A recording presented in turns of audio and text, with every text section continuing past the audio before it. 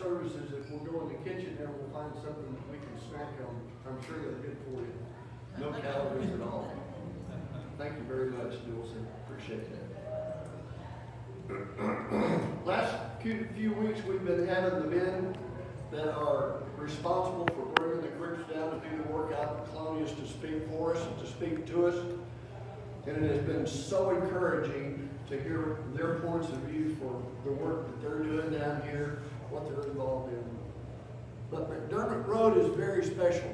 McDermott Road has been involved with us for quite a long time. I'm not going to try to guess how long that is, but not only are they involved in sending youngsters down here, they're also involved in supporting this work.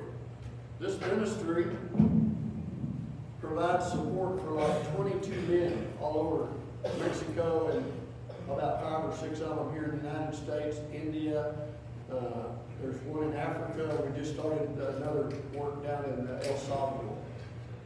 And without their help, without these guys helping, this small congregation could not do that, but they trust us enough over the years that not only are they willing to send us their kiddos down here to work and do the summer programs, they send us a tremendous amount of support each month that we can continue to do this work. So I wanted y'all to know how important this group is to us and for y'all to recognize that. So Matt's going to give us our lesson. By the way, we're kind of grading all the different groups that come down to see which one we're going to get the big prize this time. So thank you very much. Well, thank you so much for having us this morning. We're so blessed to be here. We thank you guys for all the work that you do and the tremendous light that you are here to this community. And any support that we're able to partner with is just a reflection of the great work that you do. And we're very thankful for you. We pray for you often at McDermott Road. On a personal note, I want to, and I know you know this, but to commend Robert. Robert does a tremendous job. I'm blessed to know Robert now for over 10 years, and he does a fantastic job with all of the groups and represents you well, and he is a great blessing to us. And so thank you for supporting him and helping him with the ministry that he does here. And on another special note, happy Father's Day to each of you. Glad to celebrate with you. I have 2 sons, a almost 7-year-old and almost 3-year-old. They'll never tell you their exact age. They're always projecting to the next one. But they'll both be celebrating today and excited to talk to them this morning. So we're going to talk about faith this morning. We're going to be looking at a story that does involve a father. A lot of stories of faith involve fathers and sons. I think there is something about that relationship. It's not the easiest of relationships at times. It can be a relationship of tension at times, but it's also an incredible relationship of growth, an incredible relationship between fathers and sons and fathers and daughters, in which faith is shown in a variety of ways. But I'd like to start with a series of pictures this morning, and I'd like to show these pictures for 2 reasons. One, because I think they help set up the passage that we're going to look at, but 2, they may reflect on where you're at in your faith journey. I know each one of these pictures I selected because at various stages in my faith journey, I have felt this way. And there is a picture up there today that I won't tell you which one, but that's how I'm currently feeling. And so you may have felt some of these pictures too. Here's the first one. Maybe you felt like your faith is a natural stair step, right? Maybe there are times in your life in which you feel like you're just continually growing and you're moving more and more towards God, and you're in a moment in which things and the things of faith feel natural, and you feel blessed to be in that stage. And if you're in that stage right now, that's awesome. We all love to be in a stage of natural progression. But maybe you have felt like this before. Maybe you felt like, okay, I am growing in my faith. Things are progressing, but hey, those same struggles that I had a while ago, hey, they're starting to rear their head again. Or those same things that I thought I maybe had moved past, hey, it's here again, right? It just keeps spiraling over and over. And yes, you're growing, but those same things keep coming back. And hopefully we're starting to see some of those same struggles differently because we have grown, but yet nevertheless, they're still there. Or maybe you feel like this rope bridge. Maybe it's just an act of faith each and every step. And maybe there's a lot of things on the sides right now that are easy distractions. Maybe there's some anxieties, maybe there's some worries, maybe there's some things that are going on at home that, yes, you're trying to continue walking across the bridge, but you can't help but look over every once in a while, right? You can't help but get caught in anxiety and fear as you walk across the bridge. And maybe you've been here, I've been here, where you feel like that bridge is completely opened up, right? You might have had a path in which you felt like you were walking with God at one point, but then all of a sudden, or maybe over a period of time, you can't even see the path anymore, right? You can't even see what you think God has in store for your life, and you feel like that bridge might come back together, but you don't know when, and you don't know how, and you're just hoping and you're trusting that in faith it will come back together one day. Or maybe this is you. Maybe you're like an elevator, and you were shooting up in faith, and things were going really well, and then you stopped on a certain floor, and the reason that you stopped is you realized there's some windows in the elevator, right? You realize that other people are watching. Or maybe you're watching other people, and for one reason or another, the fact that people are watching, or the fact that you're watching others, this sensation of comparison has made you stop thinking about how you connect with God and began wondering, hey, how's my relationship compared to Robert's, right? How's Robert thinking about me right now? Or how is so-and-so looking at me? Or how am I looking at so-and-so? And all of a sudden, we've lost sight of where we were going in the first place, because we do faith in community, right?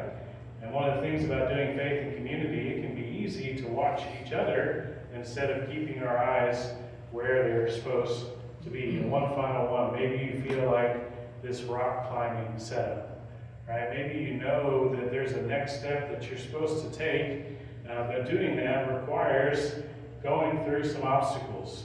And maybe you even know the obstacles. That's one of the things about rock climbing that frustrates me the most, and I don't do it very often. I'm not exactly built for rock climbing, but the few times I've done it, I've looked at it, and in my mind, I can chart the course.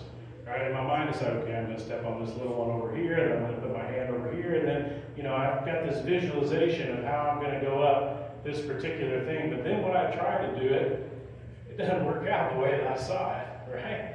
It doesn't go as easy as maybe in my mind I had pictured. And so I would guess that there's probably some of you that are in each one of these spaces this morning. There's probably some other pictures that I didn't put on the screen that you might include as a picture of where you feel like your faith is at this particular moment. I think this kind of assessment is important because we all approach the text each and every week from our own, and class was mentioned context is the most important thing about reading the text, but one of the things about context is also our own personal context, right? We don't read like robots, right? The passages we read don't read to us exactly the same way every time, and we all come to a particular passage from a particular perspective. And so I don't know what your perspective is this morning. I don't know which one of these characters in our particular text is going to stick out to you this morning, but I'm going to guess it's going to be interpreted because of where you are in your faith journey. And so keeping that picture in your mind as we read, I think will be helpful as we look at some of these people that come together for this story of a father and son and a story of faith. So if you have your Bibles, open up to Mark chapter 9. We're going to be reading the story of the father and the son in Mark chapter 9. We will be starting in verse 14. When they had come to the other disciples, they saw a large crowd around them, and the teachers of the law arguing with them. As soon as all the people saw Jesus, they were overwhelmed with wonder, and they ran to greet him. "What are you arguing with them about?" he asked. A man in the crowd answered, "Teacher, I brought you my son, who is possessed by a spirit that has robbed him of speech. Whenever it seizes him and throws him to the ground, he foams at the mouth, gnashes his teeth, and becomes rigid. I asked your disciples to drive out the spirit, but they could not." "You unbelieving generation," Jesus replied, "how long shall I stay with you? How long shall I put up with you? Bring the boy to me." And so they brought him. When the spirit saw Jesus, it immediately threw the boy into a convulsion. He fell to the ground and he rolled around, foaming at the mouth. Jesus asked the boy's father, "How long has he been like this?"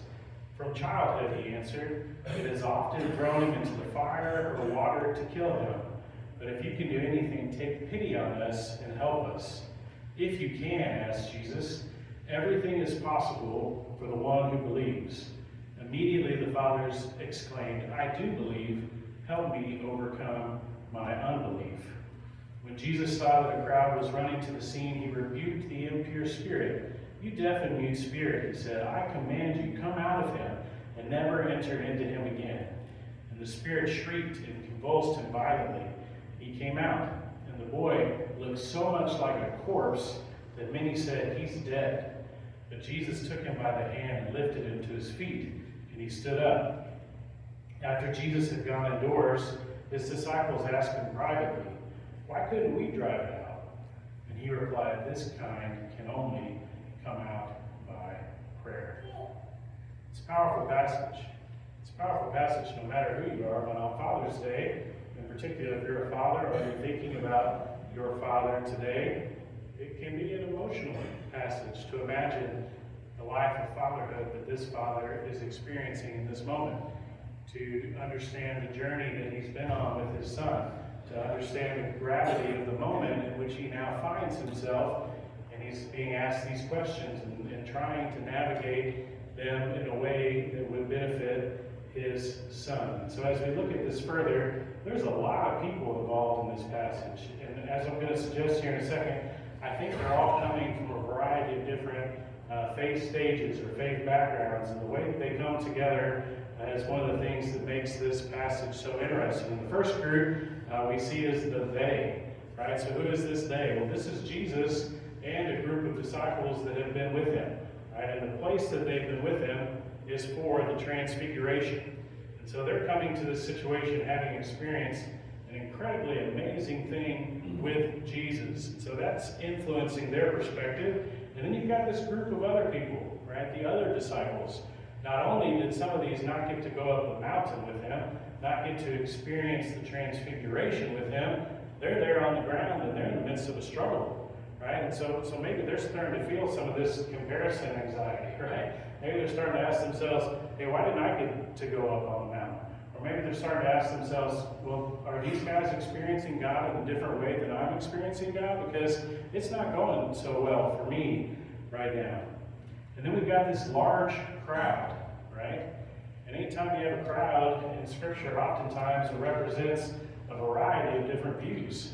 And some of those views are in opposition, right? The teachers of the law are mentioned here, right? They're in opposition often to what Jesus is doing in his ministry. And so within this crowd, who knows who all is represented? Who knows why they're watching? Who knows why they came out to see this moment? But nevertheless, they're there, and they've got a perspective of God that they're bringing into this particular moment. And the teachers of law, like I just said, they may have been there to scoff at the whole thing, right? It says they're arguing with them, right? They may be in opposition to what's happening entirely. And then you've got this man and you've got his son, right? That are here in this moment of vulnerability, that are here in this moment of trial, that are here seeking help from the only one who can provide it. So look at that. That's 7 different potential faith perspectives that are all brought together. And so I'd like to take just a second to look at these a little bit more. And anytime we have Jesus, we see him as not only the person to which we see as our Savior, but we also look at him because he teaches us the way, the truth, and the life, right? And so as we're seeking to be people of faith, the Hebrew writer tells us that he's been through what we've been through. And in fact, he is the perfecter of our faith. And so as we look at Jesus and his obedience to the Father, there is something that can't even be learned about faith from the way he responds to this situation. And so we're asking ourselves, as those who are his disciples, as those who are his apprentices in faith, hey, what can I learn from Jesus here in this particular passage? And maybe some of you are there with the disciples who just came off the mountaintop, right? These guys are fired up. These guys are pumped up. They're a little confused, right? They didn't answer the question super well on the mountain, right? They're probably processing that experience a whole lot still at this moment.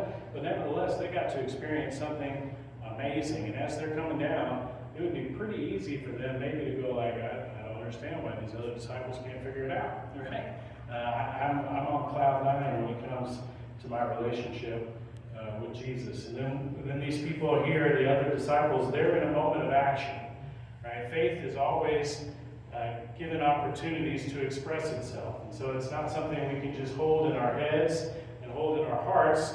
There are going to be opportunities for it to be expressed. We've got to give the disciples here a lot of credit, right? Jesus has gone up the mountain with the other disciples, and here they are in a perplexing situation, in a challenging situation for them to understand and for us to understand. We don't know all what is entailed here by this possession, right? That's a hard thing to understand. But nevertheless, they're trying to put their faith in action in this particular moment. And so we can learn something from them through their initiative and the fact that they're there in the moment trying to be Jesus's disciples. And then we talked about this, the combative to faith. And sometimes we might naturally assume that we're never in that seat. If we're people of faith, we might say, okay, my time of being combative to the faith is past, right? I'm a believer in Jesus, and so I'm not ever in that seat. But if I'm talking about my own life, there are some times where I'm still combative. Right? There are some times where not only do I question God, sometimes I question my fellow brothers and sisters, or sometimes I question people that are under the umbrella of faith that may see things just a little bit differently than I do. And so maybe I put that hat back on. Right? And so I think we can always learn something from those who are combative to faith as well. And so this morning, we too are always the group. Right? We're always the group. And living life in a group is challenging. And living life in a group that is at different places all at one time is always going to be difficult. And maybe your family's like that. Right? Maybe as you're thinking about, okay, how do I apply this to my own house? Realizing that your kids are at a different place on their faith journey at different times really changes the way we impact and think about our parenting. Realizing that as parents, that I'm trying to lead someone up in faith, but I'm somewhere different in my faith journey at times, that makes it all the more challenging. And I think as we're open about that with our kids, it can be a mutually beneficial thing to continue to have these conversations about, hey, where are you? Where are you today? How can we look at these situations together? And then I want to spend just a second on the Father. We're going to go to his answer in that question here in just a second. But you've probably been in a circumstantial faith challenge. It may not be this one, but you've probably stood there and wondered, I don't know what's going to happen next, whether it was an illness, or whether it was the illness of a loved one, or whether it was someone in your life that you care about that for some reason whatsoever you feel like, I can't make this situation better on my own. I believe and I want it to be better, but I'm going to have to ask Jesus into this situation because I can't do it on my own. And then the Son, this one's so interesting to me because the Son can't represent himself, all right? The Son can't ask Jesus himself for this help. And there are times in our lives where we all may be in that role, and hopefully we have people that come along with us and ask for help on our behalf. Right? Hopefully we have those people in this room.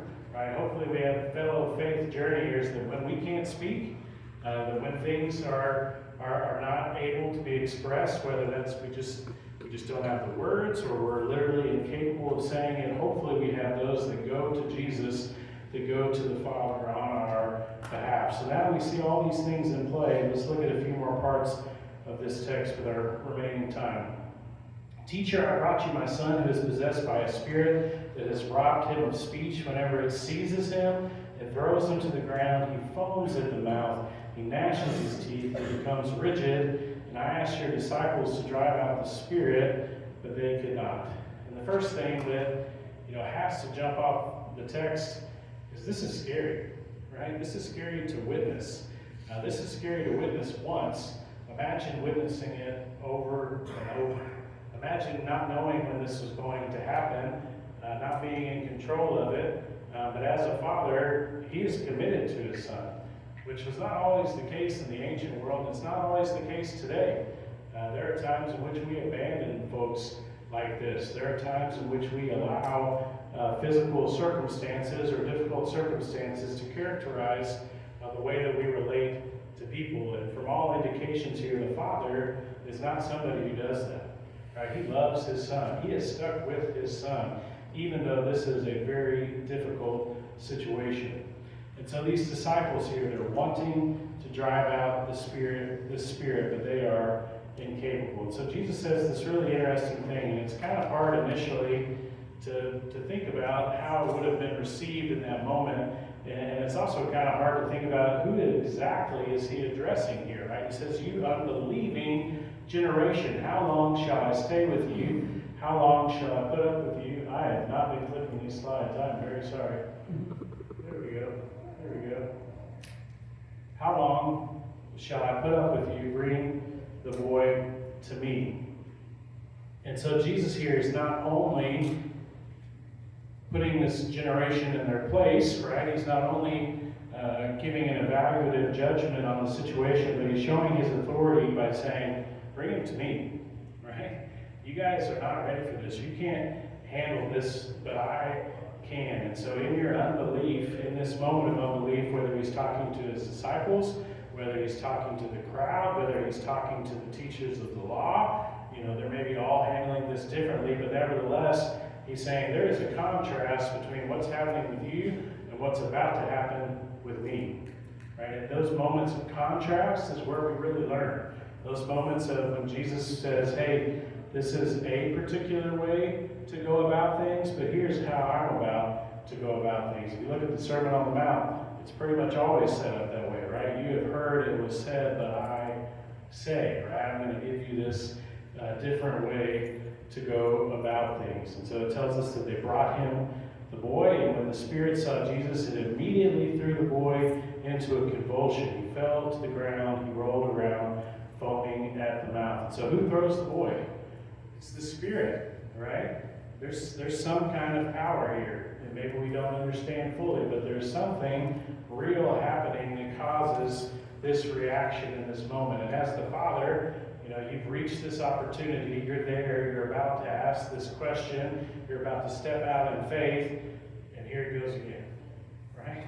Here this moment happens again, and so the anxiety level goes up, the fear level goes up, the wondering what everybody's thinking goes up, right? All these different people that are watching this, can you put yourself in that father's shoes? Can you feel the range of emotions that are probably going through his head right now as his son is experiencing this? Maybe it's compassion, maybe it's fear, maybe it's loneliness, right? Maybe he doesn't, even though he's surrounded by people, he doesn't really know how to feel. He doesn't know that he is loved in this particular moment. And the thing that it tells us here is that no matter who sees Jesus, there's a reaction, right? We've got two different reactions mentioned here. In 9:20, what we just read, when the Spirit saw Jesus, it caused a convulsion, right? But previously in the passage, when the people saw Jesus, they were overwhelmed with wonder and they ran to greet him. Well, that's an interesting contrast.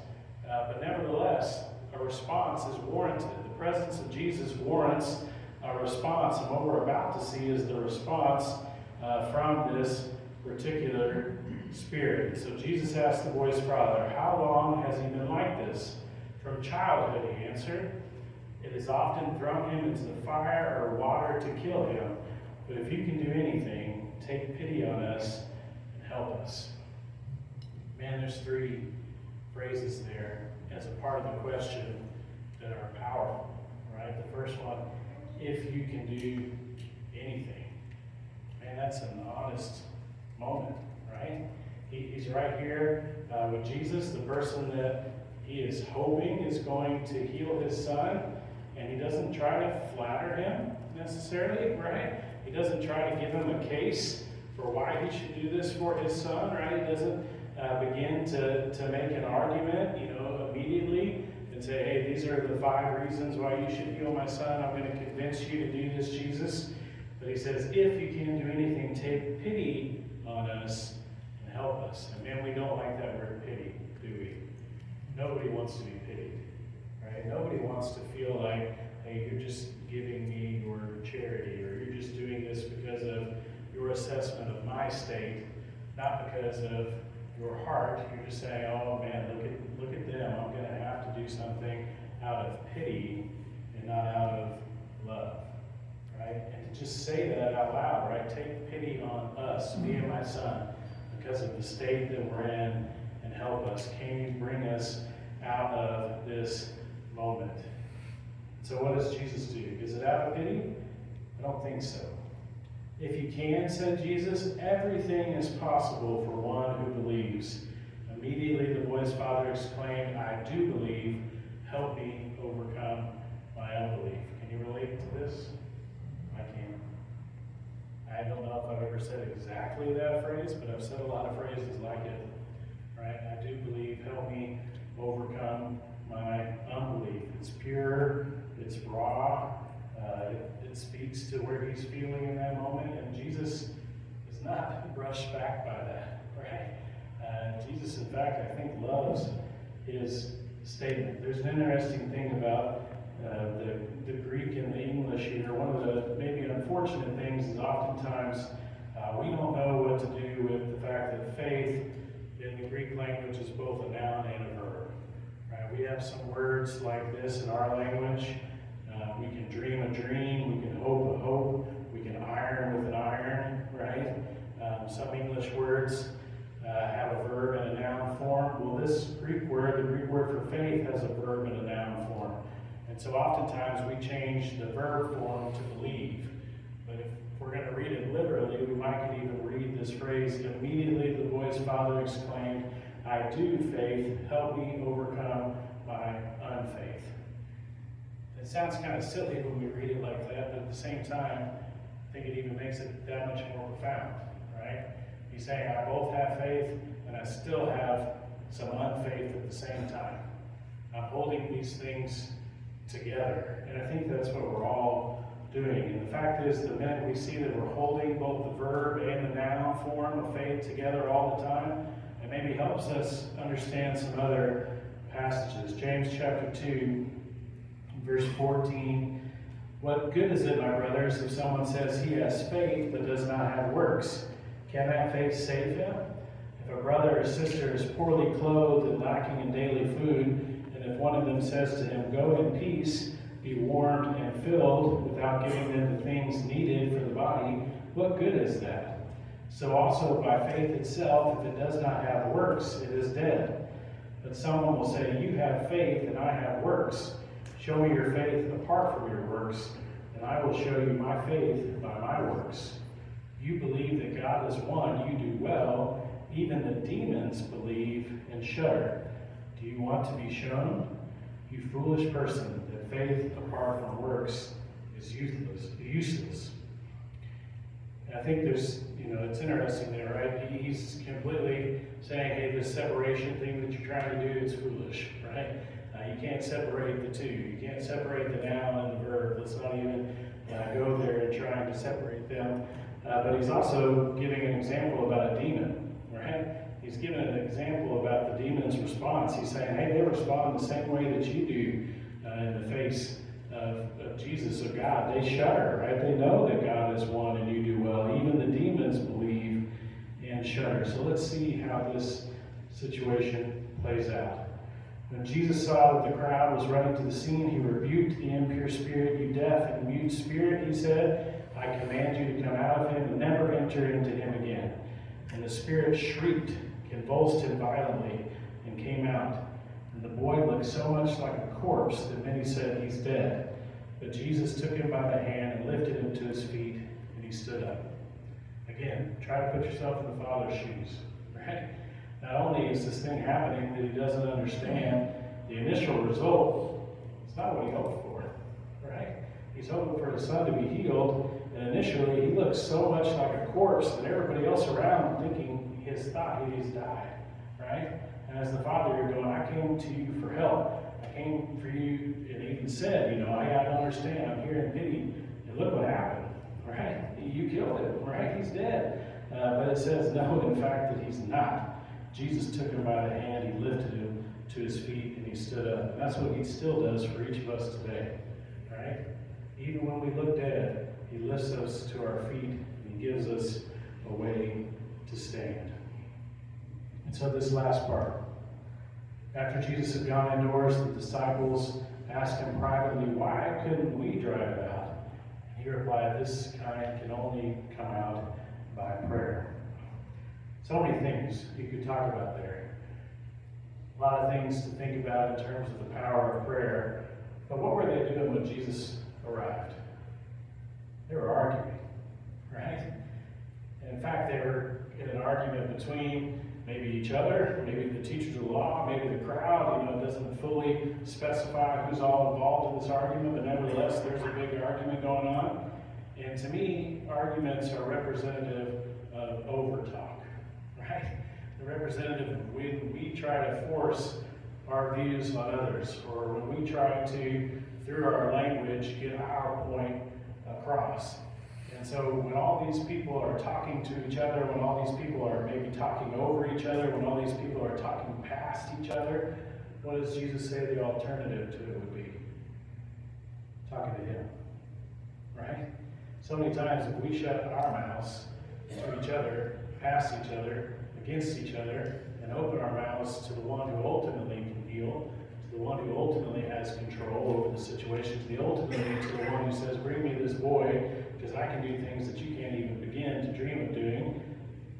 Let's pray about it, right? What an amazing gift that we have in prayer. What's also interesting is on some level, it seems like Jesus is saying, you had the power to do this, right? You went about it the wrong way. But he doesn't say, in that moment that you couldn't have done it at all, right? This kind can only come out by prayer. Maybe sometimes we begin to think we have no power, but he gives us tremendous power through his Spirit and through prayer. Right? It's an amazing gift as believers that we have the opportunity to come before the throne of God. And so again, I don't know where you're at this morning. I don't know where you're at on your faith journey. I think this text is helpful in so many ways, and one of the things I love about this text is you can read it over and over, and you can find yourself relating to one of those people, right? And I don't know who you related to today, and I don't know who you'll relate to tomorrow, but I do know the Word is living and active and a tremendous blessing to us, and so we should be in it. So I hope that if I give you any encouragement this morning, it's to do those two things, to be in the Word, to pray, and no matter how difficult it gets, also to stay in community with one another, because this isn't an individual thing we do in faith. And so I know this church offers an invitation every week, which is an incredible thing, that we come together and we say, let's offer a chance to get some prayer. Let's offer a chance for you to put on Jesus in baptism. There's no greater thing that you can do. And so if this church can support you in either of those things, come now as we stand and as we sing.